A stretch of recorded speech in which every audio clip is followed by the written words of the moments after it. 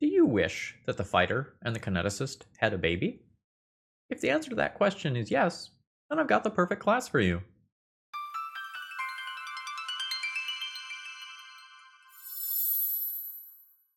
Hello folks, Phil Gallagher aka Thrabe, and you here for another Starfinder 2nd edition video, and welcome to my Solarian guide.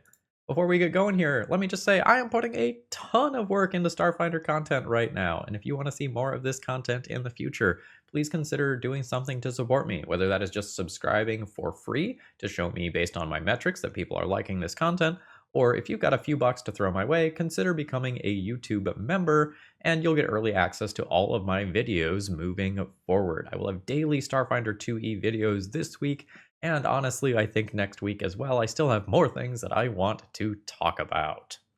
And remember, all this stuff is Pathfinder 2E compatible, so we're eating good this week. And there's still the Commander and Guardian coming too. So I'm going to introduce the Solarian, give you kind of their base mechanics and whatnot at the beginning of this guide, and then try to sell you on why you might want to play this class. Notably, there are no subclasses for this class, so we won't be talking about that, and instead that section is going to be replaced by two big class weaknesses. And they're big. We are going to like a lot of things about this class, but I think there's two pretty big problems that you should be aware of before you start playing one of these characters. And then we'll go over a bunch of the notable and best feats that might be sort of build defining. Without further ado, let's get into it. The Solarian is a bit of a strange class. And it is somewhere between a fighter and a kineticist in terms of mechanics. It is a strength-based class with good con, so you are expected to get into the mix. You've got a respectable set of other stats here. You are trained in martial weapons, medium armor, expert in perception, expert in 2 saving throws. This is a good starting chassis for this class. And it is going to take a few minutes to kind of understand this class, because it is using some unique mechanics. So the first thing we need to start with is your stellar attunement. So at any given time, you are either going to be graviton attuned, photon attuned, or unattuned, meaning that you aren't attuned to either one of those things. And you will gain the attune action, so you can choose whether you are graviton attuned or photon attuned. And this is going to determine what some of your follow-up abilities do. And for those of you who have played games that have stance dancing, where you switch back and forth between different stances that give you different benefits, think about like the Watcher from Slay the Spire, where you have Calm and Wrath that do very different things. That's kind of what Graviton Attuned and Photon Attuned are going to be like. And most of your follow-up abilities will either require you to be either Graviton Attuned or Photon Attuned, or they do different things depending on which one you are attuned to. You are going to have 3 different things that we are going to call solar manifestations to start with that make up the core of your class abilities. The Solar Flare is pretty neat. It is a sort of kineticist style impulse attack type thing, but this one does count as a martial ranged weapon in the brawling group.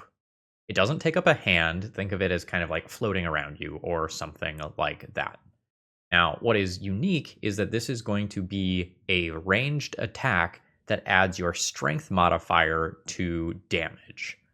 So if you take a look here, this is the first time we're going to see Graviton Attuned versus Photon Attuned being meaningfully different. Your Graviton Attuned Solar Flare is a 1d8 bludgeoning attack that gets to add your strength modifier with a range increment of 15 feet. On a crit, you can attempt to trip the target as a free action, even if you don't have a free hand or aren't adjacent to the target. But if you are photon attuned, you get a d6 fire attack with a range increment of 30 feet instead, and on a crit success, the target additionally takes 1d6 persistent fire damage. So these are really 1d8, probably plus 4, or 1d6 plus 4 damage ranged attacks, which is very good. However, we are going to loop back to this feature in my weaknesses section, as there is a problem here that is perhaps not immediately apparent. The second thing you get is a solar nimbus, which is sort of a layer of glowing night around you. Wow, glowing light around you that gives you the Nimbus Surge reaction, which is similar to Reactive Strike from a fighter. So it triggers when a target within your reach uses a manipulate, move, ranged attack, or leaves a square during a move action. And within the context of Starfinder 2E, where more things are going to have guns and be making ranged attacks, this is going to trigger very, very frequently, even when you are in melee range of foes. So you make a melee strike against the triggering creature, just like you would expect. However, this is Reactive Strike Plus, in that if you're Graviton attuned or Photon attuned, you do another thing. Graviton attuned, on a critical success, the target must succeed at a Fortitude save or become enfeebled 1, or Photon attuned, clumsy 1 instead on the same Fortitude save. So this is a reactive strike where instead of necessarily disrupting the action, you are going to get to add a status effect, which is pretty neat.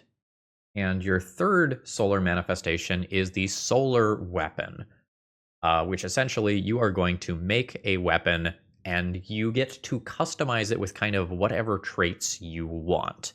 You get to select 2 of the traits from this list, or 1 of reach, or 2-hand D10.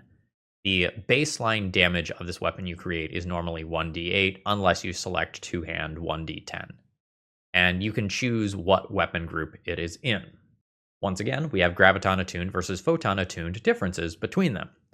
Graviton attuned, when you strike a creature using your solar weapon, the creature's space and all squares adjacent to it are difficult terrain for that creature until the end of turn, which is sort of a combo with your other class features because you do have a reactive strike and you cannot step into difficult terrain. So like very, very good design there. Or for Photon attuned, you deal some additional damage. You deal an additional amount of fire damage equal to half of your level, rounded up, and you also get to make some light. Now, the cool thing about this weapon is that you can spend 10 minutes focusing on the composition of your solar weapon to kind of retrain it, to change it into a different type. And so if you know that particular damage types or weapon types are going to be particularly effective in a battle, you will have the ability to swap things around as is needed. Most of the main class features are kind of what you would expect in terms of leveling up your martial proficiency, armor proficiency saves, and all that stuff. So we're going to go ahead and skip over that, and go directly into why you might want to play this class. So why the Solarian? You are going to be very flexible in terms of how you deal your damage. You're going to have very good melee options, and you can change those options regularly. You can have a 2-handed D10 weapon while also having either a 1d8 bludgeoning weapon attack with a range of 15 feet, or a 1d6 fire damage attack with a range of 30 feet, or more accurately, ranging from it to 15 and 30 feet, respectively. So, sort of like a kineticist who can make very strong melee impulse attacks and also sort of very far impulse attacks at a distance, like you've got that going for you, while also having a very respectable reaction from level 1 that doesn't eat up any feats. You also just have a good core of class abilities with respectable hit points. As you level up, you are also going to gain a decent number of non-attack roll damaging abilities so that you are able to relatively consistently do a 1-action attack of some kind from some distance. You've got it covered no matter what, while also doing a 2-action damaging activity or 2-action utility activity. And your turn cycles are going to be pretty good in terms of damage output. So this is, at its core, a strength-based martial, intending probably largely to do melee attacks, but having very good ranged options at the same time, without having to waste any actions switching weapons or switching sets of arms. Since you also have this kind of stance dance ability of moving between Photon and Graviton, I think you also have some interesting things to think about in terms of turn cycles and which abilities you want and kind of how you are going to be changing your attunement. Sometimes you might find that you are staying in one to use one specific ability, and later on we're going to see that there are some overflow abilities called disharmony that force you out of your current stance, your current attunement. And so I think this is going to give dynamic martial gameplay, sort of like we might see from an exemplar in Pathfinder 2E.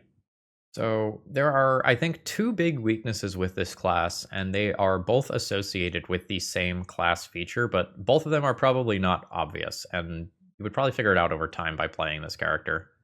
So they both have to do with the solar flare. So you get to add your strength modifier to damage rolls with your solar flare, which is fantastic. However, this is a ranged weapon. What do ranged weapons use for their hit chance? That's right, dexterity. What is your key ability score? Strength. So here's the problem. This class innately, assuming that you want to use your solar flare, requires that you max out your strength and then go into dexterity as your secondary stat. Which I think means that most Solarians are going to end up with an extremely similar stat spread. And that normally shouldn't be true for a strength martial. Because normally, a strength martial either has heavy armor or can get heavy armor, and hence kind of ignore dexterity. So if you want charisma or intelligence for role-playing and stat-based reasons, you can go into those as your secondary stat. But here, I think your primary and your secondary stat are already spoken for. And at some levels, this means that your ranged attack is going to be less accurate than your melee attack. And I don't think that is the end of the world, as being able to do a D10 melee attack and then, a D6 from 30 feet away, like that is respectable in terms of flexibility. So like it coming with some downsides is fine. But I don't love that your stat spread is kind of forced. And this makes one of the feats later on a little awkward. Solar Rampart is going to give you proficiency in heavy armor at level 2 and let you treat that armor as if it is lighter. But if you are already basically forced to go into both strength and dexterity, what is the actual benefit of that heavy armor? And the obvious answer to that is a +1 to AC, but a lot of times one of the big benefits of heavy armor is that you don't need to dump points into dexterity, and the bulwark trait can kind of help out with your saving throws versus damaging effects. So this feels very weird to me. And there is still more awkwardness here, and it has to do with the Solarian crystals, which can be used to increase the damage and the accuracy of your solar flare, as well as your solar weapon. So these Solarian crystals are basically using the same system as runes. It's just it by a different name. Now here is the second weakness. It appears to me that your solar weapon and your solar flare both require these crystals. So in terms of your gold economy, assuming that you are using both your melee strikes and your ranged strikes, which I think is a safe assumption that given that you are playing a Solarian, you need to buy double runes. You need them for your regular weapon, and you need them for your ranged attack. You are going to need 2 sets of striking runes, 2 sets of potency runes, and all of that stuff. Now, this is not a situation that is uncommon to Pathfinder 2nd edition. The characters that are dual wielding often find themselves in these spots. And this problem, again, is traditionally solved via the doubling rings item, which basically says whatever you're holding in one hand, you can duplicate those runes onto the item in the other hand. Well, guess what doesn't use one of your hands? Uh-oh. So the doubling rings that are normally used to solve this issue can't be used to solve this issue, since your solar flare is not being held in your hand, and they make that very, very clear. So I really like the mechanics of this class, but it feels to me like some of the logistics surrounding solar flare aren't quite perfect. And this may be a game balance thing. It may be that adding I believe it is the brutal trait, which could allow you to use strength for your range-based throws, would be seen as too strong in terms of the power budget for this class. But it feels to me like some little changes could have been made here to smooth out the class features surrounding Solar Flare. As is, I am a little lukewarm on the mechanics here, and we'll see in the conclusion how I feel about the class overall. But let's start talking about some of the cool feats. The first feat I talk about is, I think, the bread and butter, maybe must take feat of this character, and that is Binaric Assault. So, you make 2 strikes at the same target, one with your solar weapon and one with your solar flare, each using your current multiple attack penalty, and you can make the strikes in whichever order you desire. After the first time a strike hits, you resolve the damage and effects and then swap your attunement. There is a small downside here in that if both attacks fail to hit, you become unattuned, but this normally isn't going to happen as both of those attacks are made at full accuracy. Now, again, at a lot of levels, your chance to hit with your solar weapon is going to be 1 higher than your chance to hit with your solar flare. So it's not like both of them are at absolute maximum accuracy that is possible for your class, but it is still very good accuracy. There is an entire other manifestation that has a bunch of follow-up feats that you can go down.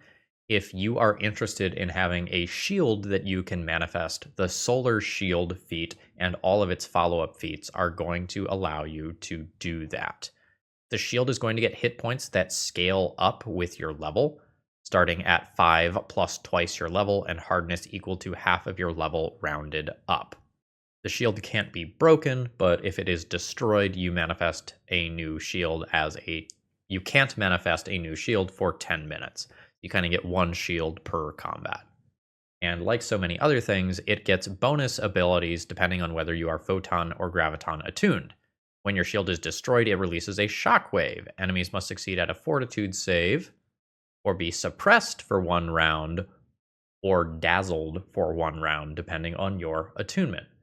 So this is kind of like a shield block that, under the right circumstances, imposes a status effect. But your raised shield action is giving you 1 AC instead of the 2 AC that you might normally get. We're going to follow this feat line for a minute rather than kind of go through level by level here. And at 4th level, there is something called Nimbus Ward, which can be done as either a reaction or an action. It gives you resistance equal to half of your level until the start of the next turn, and you choose the type of resistance when you use the ability. And whether you're graviton attuned or photon attuned determines what type of damage you get to become resistant to. Well, why am I talking about this with the shield manifestation specifically? Because at level 6, Nimbus block allows you to combine your sort of shield block action and your Nimbus ward reaction into 1 activity. So when you shield block a melee attack with your solar shield, as long as you take damage from the attack, you can use the Nimbus ward as a free action. So you can shield block and Nimbus ward at the same time. And that resistance is often going to mean that your shield ends up taking less damage as well, making your shield last longer. And this is pretty good resiliency. So if you are not focused on, I want a 2-hand D10 weapon, you can have a very good D8 weapon while also having your solar shield. But there are going to be very different paths that you can walk down as a Solarian. So for example, at level 2, the Distant Flare feat can cause you to increase the range of your solar flare attacks by 15 feet, which is doubling the range of your 1d8 plus 4 bludgeoning attack that you would be getting. I think the Black Hole feat at level 4 is something that most Solarians are probably going to want, Now, it is a once per 10-minute activity, but this is rather strong. So you need to be graviton attuned in order to use this, but you make a black hole. Select any number of creatures within 30 feet. Each affected creature takes 2d8 bludgeoning damage and must attempt a fortitude save. Now, note that this is any number of creatures, so this is essentially an AoE within 30 feet that does not affect your allies. And 2d8 damage is respectable, but that's not what this is all about, because you can pull things towards you. On a success, the creature takes half damage and is pulled 5 feet towards you. On a failure, the creature takes full damage and is pulled 15 feet towards you, and is off guard against the next melee attack that you can attempt against it before the end of your current turn. And on a critical failure, that creature is having a bad day as they take double damage and are pulled 30 feet towards you and are knocked prone in addition to that. So a very, very good turn cycle is start, cast Black Hole, drag a bunch of things towards you. One of them crit fails, is on the ground, is ready to take an absolute beating, and then you use your third action to take a strike on them. And guess what? This plays so well with your Solar Nimbus attack of opportunity. Someone's knocked prone, they stand up, uh-oh, get them. Or if they want to retreat from you because they don't want to be close to you, well, guess what? That's going to trigger your attack of opportunity as well. If they are a gun user and they are next to you and they want to fire at you because you are mean to them, you get your attack of opportunity. This plays so well into the class features here and allows you to have multiple different good two-action activities between this and Binaric Assault. Now, there are two other pretty respectable 4th level AoE abilities here, Plasma Ejection and Supernova. A difference between Plasma Ejection and Black Hole is that Plasma Ejection is repeatable. So you hit every creature in your choice of a 10-foot emanation or a 30-foot line with 3d6 fire damage on a basic reflex save. Creature that critically fails its save takes 1d8 persistent electricity damage as well. You're graviton attuned, you are going to knock things prone, again, potentially triggering your attack of opportunity. Or if you are photon attuned, instead, this is going to be 3d8 damage instead, which is very respectable. This scales up every other level. Whereas the supernova that we are going to talk about next scales up every level. But this one you only get to do once every 10 minutes. You need to be photon attuned for supernova. This one is all creatures in a 15-foot or 30-foot emanation. This is 4d8 fire damage on a reflex save. But if you choose the 30-foot option, instead it is 4d6 damage. And this either imposes dazzled or blinded for 1 round, unless they crit fail. Then they're blinded for a minute. Do you see what's not here? Do you see it? Do you see what's missing from this? That's right. This does not have the incapacitation trait. So it is theoretically possible for the boss enemy to critically fail this and become blinded for 1 minute. Mathematically, that's not too likely to happen. But when it happens, that fight is over. And a lot of times, things that can deal blinded for a minute have the incapacitation trait on them. This is a once per 10-minute activity, but this is a pretty strong ability. So I think as a Solarian, you have a pretty big choice about like what you are going to do with your 4th level feat. And it might, like, your decision might be based on whether you intend on staying graviton attuned, photon attuned, or whether you intend on cycling back and forth between the two of them. All 3 of these are very strong to action activities. Moving on to 6th level, I think Constellation Vortex is pretty neat. Essentially, you manifest a copy of your solar weapon that kind of circles around you, sort of like a Diablo 2 style Blessed Hammer. A creature that starts its turn adjacent to you takes damage of an amount and type equal to the weapon damage of your solar weapon, with a basic reflex save against your class DC. But if you keep using this action, you can make more weapons sort of whirl around you in this vortex up to a maximum of 3 weapons at any time, and each added weapon increases the damage of the vortex by 1. Now, this is an action that you are going to have to sustain, so if you are into Constellation Vortex for this automatic damage each turn, you are going to have to waste actions sustaining it. The other 6th level feat that stands out to me is Solar Barrage. This allows you to make 3 solar flare strikes against different targets, each with a -2 circumstance penalty. So instead of taking 3 actions at full accuracy, or 3 actions at, increasing map, you are taking all 3 of those at a -2 circumstance penalty. This does have the disharmony traits. You're going to become unattuned after you do this. This is very much like a kineticist overflow ability. So if you need to make a bunch of strikes against stuff, this is the way to do it. And you could do something like do this solar barrage and then immediately become reattuned afterwards using your 3rd action. The kineticist has a similar overthrow ability that allows them to make a impulse attack roll against, I believe it is 3 creatures, but it is a 3-action activity. This does this as a 2-action activity, but gives it a -2 circumstance penalty. And the kineticist action was also overflow. This is also kind of similar to like the double and triple shot type mechanics that we have seen before. But I believe triple shot has you making all of your attacks at a -4 penalty instead of a -2. So in terms of the numbers, this is pretty solid. But keep in mind that your solar flare strikes might be 1 accuracy lower than your normal accuracy for your melee attacks. So this might feel like a -3 as opposed to just whacking with your broadsword or whatever you're using. Quickly highlighting an 8th level feat. At 8th level, you can just fly if you're graviton intuned.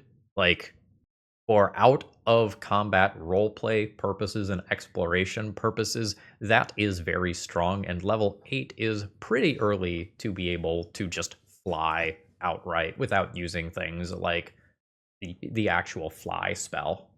We're going to go ahead and jump to 14th level now. There are some okay feats in between 8 and 14, but I think 14 is kind of the next big level, as that's when both Big Bang and Singularity happen, which are both strong AoE options.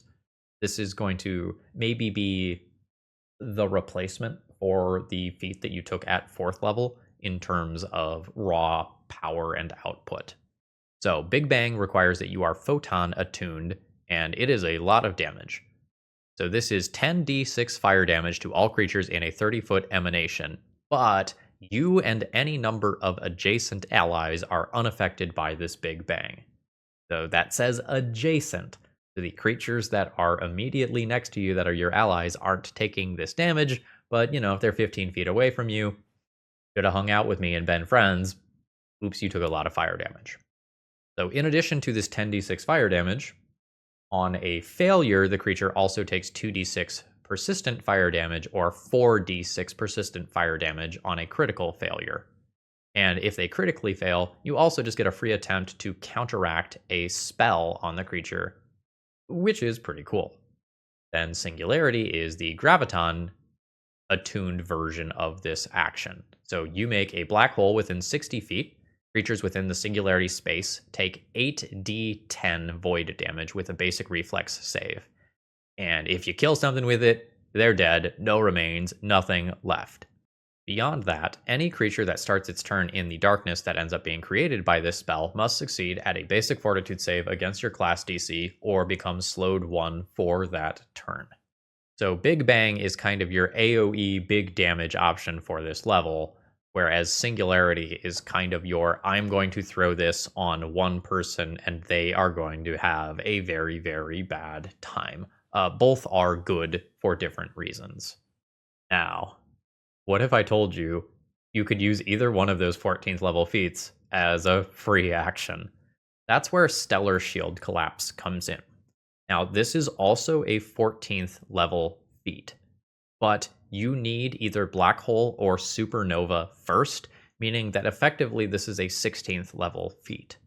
So, if your solar shield is destroyed while you have it raised, you immediately can use Black Hole as a free action or Supernova as a free action, assuming that you are properly attuned. And in terms of action economy, being able to do a 3 action activity like Big Bang. Oops, strike that. Excuse me. I'm not going to re record this section. Takesy backsies. This allows you to use Black Hole, which is the 4th level feat, as a free action, or Supernova as a free action. And Supernova was another one of the 4th level options. So, not effectively a 16th level feat. My bad. Still, being able to use a scaling 2 action activity as part of a reaction is solid. So if you are going down the shield line, this is pretty respectable. It does also have the requirement that you haven't used Black Hole or Supernova within the last 10 minutes, though. So if you were intending on doing that as a 2 action activity as part of your turns, then this may not end up being good. I think this is one of those I need to playtest this and see this in action to evaluate this feat properly situations. At 16th level, you get a fantastic piece of action economy compression in Attuned Blow. Whenever you attune as a single action, you can make a strike with your solar flare or solar weapon as a free action. So if you are frequently doing these overflow abilities, these disharmony abilities, this helps out a lot with your action economy. At 18th level, you just get some no save bonus abilities depending on your attunement with attuned wards.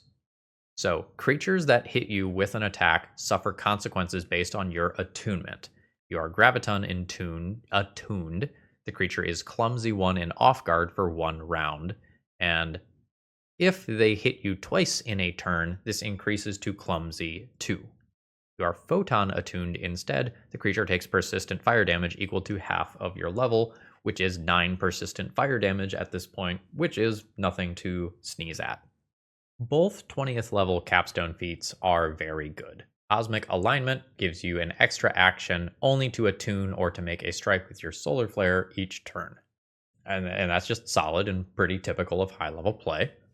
And then Perfectly Attuned gives you some flexibility. If you would become attuned to either Graviton or Photon, instead you become Perfectly Attuned, which you can choose which attunement bonus to benefit from at any given time. In terms of feats, I am going to give the Solarian a thumbs up. I think there are some level gaps, like between 8 and 14, where their feats aren't necessarily fantastic. But since there are some really good abilities at low level, like Binaric Assault, and some really good mid-level abilities like Black Hole, at level 4 still low level. We'll still say low level abilities like Black Hole, Plasma Ejection, and Supernova. I think you are going to be happy with the feats that you are getting from this class as a whole. And if you would like the idea of being a shield-focused character, you have the mechanics baked in to be able to do so and have it be pretty respectable. So let's wrap this one up here. How do we feel about the Solarian as a whole? I think I am still going to give it a thumbs up. I think the class has some problems in terms of money management because you need double crystals for your various manifestations. And I don't love the fact that you need to be strength and dex based. But despite that, you have a great reaction, you have very versatile options, you have very good 1 action activity plus 2 action activity turns, you have multiple AoE abilities that specifically can avoid hurting your allies. I think there is a lot to like here. And I like the design overall. I am a fan of kineticists from Pathfinder 2E, and this kind of feels like Starfinder's version of that. I imagine that this is a class with a very, very high skill ceiling in terms of optimizing your turns, and making sure that you are attuned to the right things at the right time. And I like that this class is more interesting in that capacity than something like, say, a fighter or a barbarian that is going to be much more straightforward in terms of making multiple strikes or using a 2 action activity and then moving or something like that. This does kind of feel like an exemplar in terms of having cool things to do that aren't just strike. Of all of the classes that I have broken down so far, this is the one where I feel like I need to playtest this one the most to really understand all of the nuance of this class. But unfortunately, I am recording this in an embargo period, so I can't get all of my normal friends together to playtest this. But thank you to Paizo for giving me this content early so that I can start breaking it down and thinking about it, because I do think at the end of the day, this class is really cool, despite having a couple of negative things that go against it.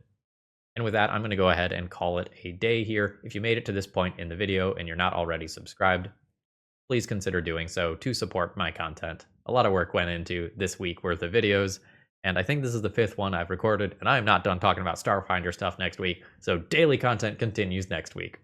Have a great rest of the day. See ya!